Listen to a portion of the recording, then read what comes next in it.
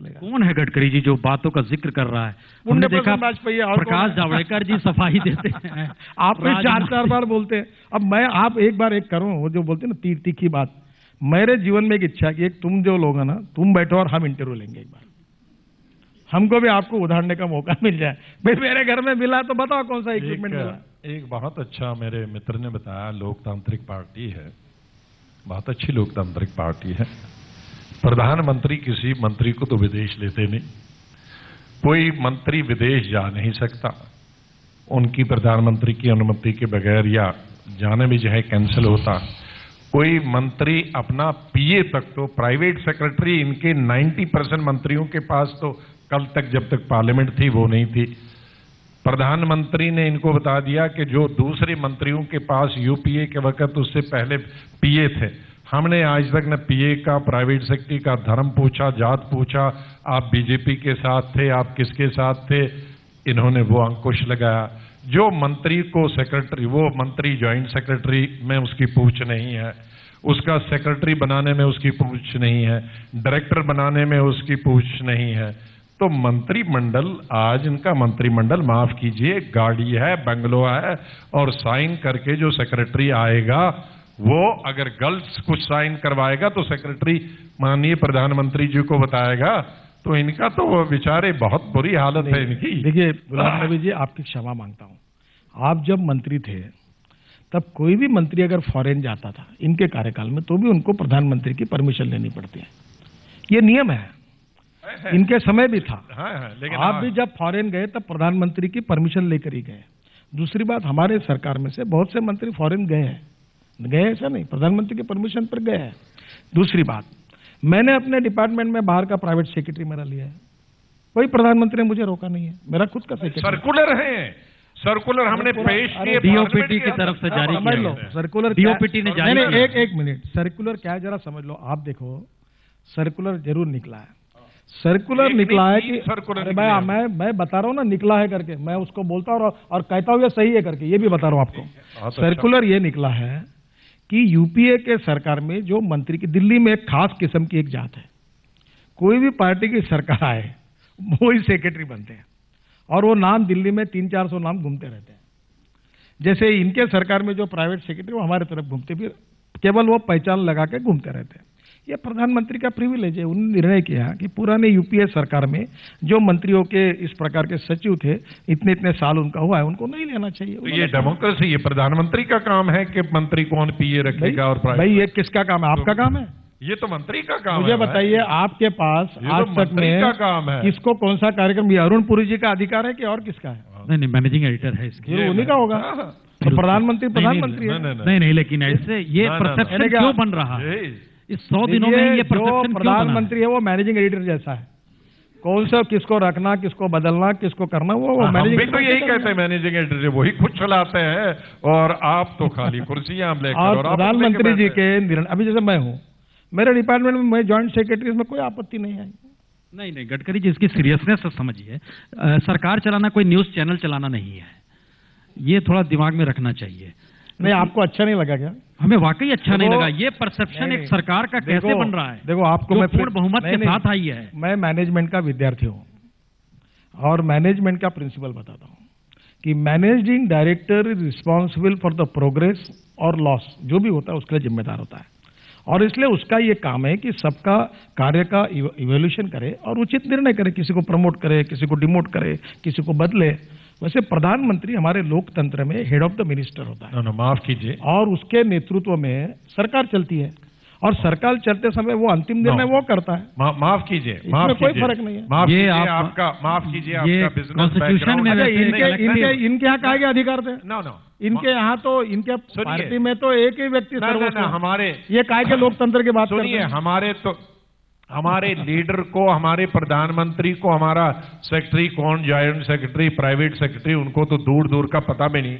लेकिन चूंकि आपका बिजनेस बैकग्राउंड है, इसलिए आपने उसी से इसको कंपेयर किया मैनेजिंग डायरेक्टर से। मैनेजिंग डायरेक्टर और वो कंपनी का मालिक होता है, बाकी सब मुलाजम होते हैं, लेकिन प्राइम मिनिस्टर और ministers they are prime ministers one among the equals, उनमें से एक होता है जिस जनता ने प्राइम मिनिस्टर को चुन के भेजा होता है। प्राइम मिनिस्टर पहले ओथ लेने के बाद अपनी लिस्ट राष्ट्रपति को भेजता है। सुनिए, prime minister select his team, equal नहीं होता इसमें, गलत बता रही है, संविधान में ऐसा लिखा नहीं है। प्राइम मिनिस्टर पार्लियामेंट के सदस्य मिलकर अपने नेता का चयन करते हैं, उस नेता को राष्ट्रपति बुलाते हैं, फिर वो प्रधानमंत्री पद की ओथ लेता है। प्रधानमंत्री की ओथ लेने के बाद वो अपने ग्रुप ऑफ मिनिस्टर को निश्चित करके फिर उसको अपनी लिस्ट राष्ट्रपति को भेजता है। थोड़ी बनता है। नहीं, गुलाम नबी साहब देखिए, ये बात बिल्कुल सही कह रहे हैं, लेकिन इसीलिए हम लोग को आश्चर्य हुआ था कि लाल किले के प्राचीर से उन्होंने खुद को प्रधानमंत्री क्यों नहीं कहा।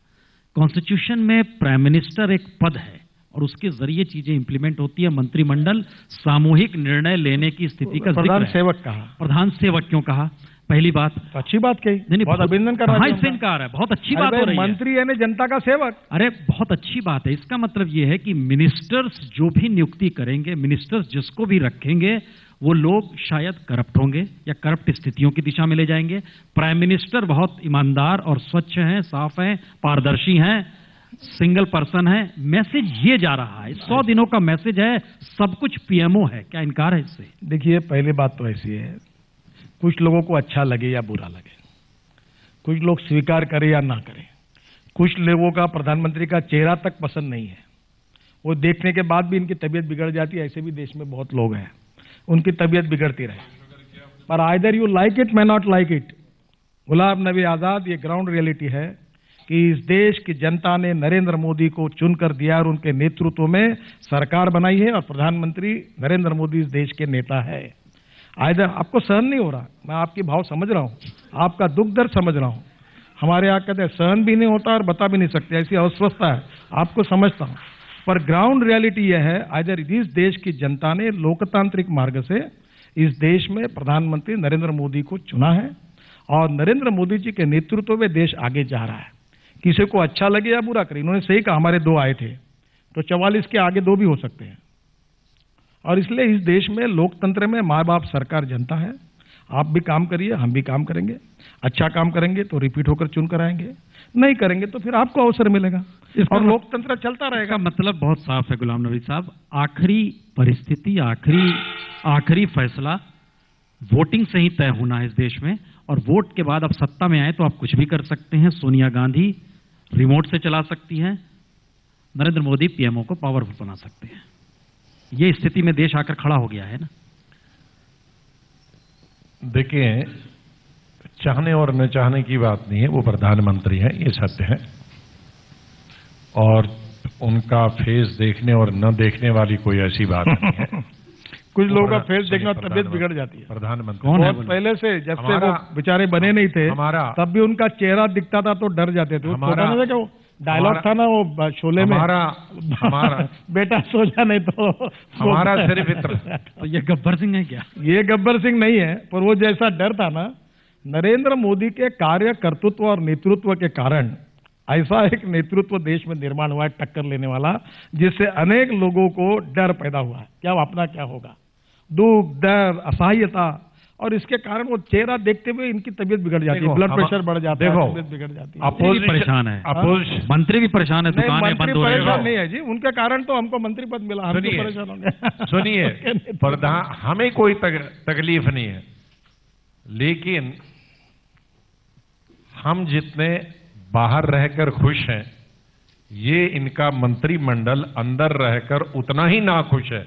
ये इनको कैसे समझना है? ऐसे मैं चेहरे, खुश हूं कि नाखुश हुए तो भविष्य वाले है क्या? ऐसे चेहरे इनके, आप भविष्य जानने की कला आपको अवगत है क्या? चेहरे लटके हुए हैं इनके मंत्रियों के, जैसे किसी ने पीटा हो। मंत्रिमंडल का ओथ लेकर मंत्री बनकर भी चेहरे हैं, कहते हैं हम कुछ है ही नहीं, हमको कोई पूछता ही नहीं है। हम खाना खाने जाते हैं किसके साथ, वहां भी कहता है क्या सूप पी रहे हो, क्या खा रहे हैं। कुछ मंत्री आप एयरपोर्ट पे पहुंचो, पैंट नहीं है, जीन पहना इनको है। एक सीरियल देखने के लिए लगा दिए हैं। ये पूरी बकवास और बेबुनियाद बातें हैं, सब बुनियाद है। नरेंद्र मोदी जी को कोई लेना देना नहीं, कौन जीन की पैंट पहनता, मैं जीन की पैंट पहनता हूँ, अनेक बार पैंट शर्ट पहनता हूँ। मुझे बहुत लोगों ने सलाह दिया, दिल्ली में राजनीति में यशस्वी होना है तो एक तो पैजामा कुर्ता पहनो, नहीं पहनना है, स्वीकार करना है तो करो, नहीं तो करो, मैं पैंट शर्ट पहनता हूँ। कभी नरेंद्र मोदी जी ने किसी को नहीं कहा, नरेंद्र मोदी जी ने किसी के व्यक्तिगत व्यवहार में कोई टिप्पणी नहीं की। क्या होता है, एक हमारा प्रॉब्लम है और ये इनकी कोशिश है, image versus reality and ground reality versus image. Grass root पर कारण न होते हुए नरेंद्र मोदी जी की प्रतिमा को कैसे बिगाड़ा जाए, कोई ये सब बातें जो है ना, आप एक सीरियल बनाइए। आप क्या वो एक आजकल न्यूज के बीच में वो जोक्स आते हैं ना, बड़े बड़े पसंद है वो, सो सॉरी उसमें आप ये ऐसी कहानियां चलाते जाइए, कोई जीन के पैंट पहन, लोगों को भी मजा आएगा। ये जो आजकल हास्य रस के जो चलते हैं ना, ये जो बातें कर रहे हैं, यानी हम मंत्रिमंडल हम नाखुश हैं, हम दुखी हैं, ये आपके और ये जानने वाले किसने बताया, नाम बताओ। अरे नाम कौन दुखी है बताओ ना। हो जाएगी। वो जावड़ेकर बैठे वो खुश है, मैं खुश हूँ, हम अच्छा काम कर रहे हैं और हमको हमारी खुशी इनको नाखुशी में दिख रही है। कौन सा एंगल से देख रहे, कौन से चश्मे से देख रहे, ये क्या ये हमारी हस्तरेखा देख रहे क्या, ये भविष्यवेत्ता है क्या कि इनको हम खुश है या नाखुश मालूम है। हर जगह देखो इनकी तकलीफ यह है कि जो बैंड बाजा बज चुका है, 44 आ गए हैं, 10-15 साल की सत्ता चली गई है, और जिसका चेहरा कभी पसंद नहीं करते, रोज उसके नाम से कोसते थे, वो व्यक्ति देश की जनता ने प्रधानमंत्री बनाया, तो इनको सहन नहीं होता। इसका दुख और दर्द व्यक्त करना, जो फ्रस्ट्रेशन निराशा जो व्यक्त होती है ना, उसके कारण ये ऐसी झूठी बेबुनियाद बातें लोगों को कहने का काम करते हैं, बाकी कोई मतलब नहीं। हम 65 सालों में कई दफा विपक्ष में चले गए हैं, कई दफा सत्ता में आए हैं। आपको तो अभी सिर्फ 31% ने चुना है, तो बिल्कुल आसमान को छू रहे हैं। ये 2/3 मेजॉरिटी नहीं है, ये 1/3 मेजॉरिटी है। अगर आप पूरे 100% में देखेंगे तो भारतीय जनता पार्टी को सिर्फ 31% वोट मिले हैं, 69% वोट खिलाफ मिले हैं। हम ये नहीं कहते आप इसमें मुबारक हो। आप भाई लोकतंत्र में किसको कितने वोट मिले ये नहीं होता, किसको कितने सीटें मिली उससे सरकार बनती है। लोकतंत्र में 15% मिले थे 10 वर्ष में। अच्छा, आपकी जब सरकार बनी थी तब आपको कितना % वोट मिला था? 15%। फिर आप इतने फिर 85% इनके विरोध में थे। हमको 50% से ज्यादा भी मिले। देखिए गुलाब नबी जी, आप बड़े मैच्योर नेता है, हमारे अब पराभव को स्वीकार करो, जमीन पर काम करो, मेहनत करो। दिग्विजय सिंह कह रहे राहुल गांधी के कारण हारे, और दिग्विजय सिंह को संभालो, जरा पार्टी को संभालो, कार्यकर्ता को संभालो, मेहनत करो और फिर से अगले चुनाव की तैयारी करो। कारण जो होते हो हमारे पीछे काहे के लिए लग रहे हो? हमें तो आपकी फिक्र है। ना हमारी फिक्र मत करिए, आपके फिक्र की जरूरत है। आप जीत के भी हार गए। अभी वो दिग्विजय सिंह जी बोल रहे राहुल गांधी के कारण हारे, पूछो इनको क्या सच है? आप जीत के भी हार गए। नहीं भाई, राहुल गांधी की क्या बात है? ये दिग्विजय सिंह ने ऐसा कुछ किया नहीं, वो कह रहे थे इसलिए अखबार में आया, मैंने पढ़ा था। अब जरा आप पार्टी में काम करो, ग्रास रूट पर जाओ, लोगों में जाओ, काम करो, मेहनत करो, 5 साल में अच्छे दिन आएंगे आपके। ये छोड़कर वो नरेंद्र मोदी का नाम पर ही रोज पीछे। तो हमें अफसोस यह है कि अच्छे दिन एक आदमी के आए, एनडीए के नहीं आए, बीजेपी के नहीं आए। अरे भाई, हम बोल रहे हैं हमारे अच्छे दिन आए, और आपको अगर नहीं समझ में आ रहा तो ठीक है, नहीं समझो तो मत समझो। तो देश के अच्छे दिन कब आएंगे? ये दुनिया, ये हिंदुस्तान, देश की जनता कह रही है, सब सर्वे में, सब चैनल के सर्वे में कह रही है कि परफॉर्मेंस अच्छा है, सरकार अच्छा काम कर रही है और नरेंद्र मोदी के नेतृत्व में देश आगे जाएगा। ये मेजॉरिटी आपका आज तक का सर्वे निकाल लो, इनके पूछे इंडिया टुडे के सर्वे निकाल लो, आए और किसी के सर्वे निकाल लो। गुलाम नबी जी, मैं आपकी एक दुख और दर्द को समझता हूँ। उसमें आप जिस प्रकार से पीटे गए हैं, निराश हुए हैं, फ्रस्ट्रेट हुए हैं। गुड एवरेज है, गुड एवरेज कोई अच्छे सर्वे। अच्छा, आपका सर्वे अच्छा है क्या? हमारा तो, हम विपक्ष में, हमारा सर्वे नहीं, वो भी आया है ना। हम मैं आपको एक मित्र करके सलाह देता हूँ, हमारा क्या होगा छोड़ दो। हम तो जीवन भर तो हम लोग झंडे लेके आंदोलन करते थे, हमारा जिंदाबाद मुर्दाबाद के लगाते थे। अब हम सत्ता पे आए, अब आपको अवसर मिला है, जरा मोर्चे निकालिए, धरने निकालिए, पुतले फूकिए, जनता में जाइए, आंदोलन करिए और आप कुछ आगे आने की कोशिश करिए। मुसीबत ये है कि वो भी आपका ही एजेंडा है, वो भी आपका ही एजेंडा रहता है। उसको आपको उसको मदद करूंगा, उसका एक्सपर्टाइज हमारे पास है। आपका मार्केटिंग ठीक नहीं हो रहा तो आपको मेरे कंसल्टेंसी की जरूरत है, मैं आपको मदद करूंगा। आपका तकल्लुस आजाद है, आजाद तकल्लुस है आपका। क्या आपको लगता है कि इस दौर में आपने जब राज्यसभा में भाषण दिया था, जिसका जिक्र किया था, आपने एक खास कौम को लेकर कुछ सवाल खड़े किए थे, आजादी महसूस होती है?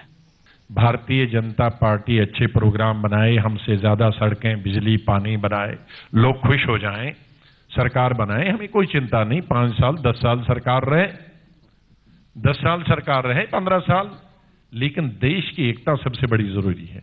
एक तरफ से प्रधानमंत्री जी कहते हैं लाल किले से मॉनिटोरियम होता है, दूसरी तरफ से जो लोग दंगों में मुजफ्फर